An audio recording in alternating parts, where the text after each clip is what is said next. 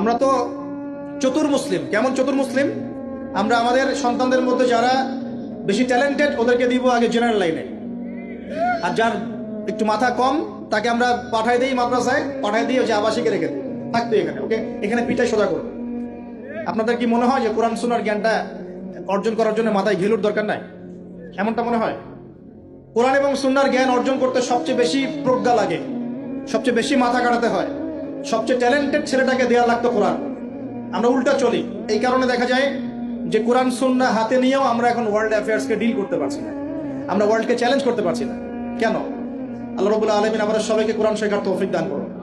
আল কোরআনের আলো ঘরে ঘরে জ্বলবে তখনই যখন ইনশাআল্লাহ তাআলা আপনাদের প্রত্যেকের ঘরে একটা করে কোরআনওয়ালা মানুষ তৈরি হবে। ইনশাআল্লাহ পারা যাবে তো ইনশাআল্লাহ? নাকি কোরআন সুন্নাহ খালি আলেম ওলামাদের চর্চা করেই হবে? আপনাদের পড়ারও দরকার নাই, জানারও দরকার নাই, বোঝারও দরকার নাই। এখন ব্যাপারটা কেমন? কোরআনকে শুধু আল্লাহ পাক আলেমদের জন্য পাঠিয়েছেন, নাকি শুধু মুসলিমদের জন্য পাঠিয়েছেন, না পুরো মানব জাতির জন্য? পুরো মানব জাতির জন্য আল্লাহ কোরআন পাঠিয়েছেন। ওয়াদা করা যাবে ইনশাআল্লাহ? যুব সমাজ, ইনশাআল্লাহ আমরা কোরআন তেলাওয়াত তো শিখবই, অর্থ বুঝবো ইনশাআল্লাহ। রাজি আছি ইনশাআল্লাহ?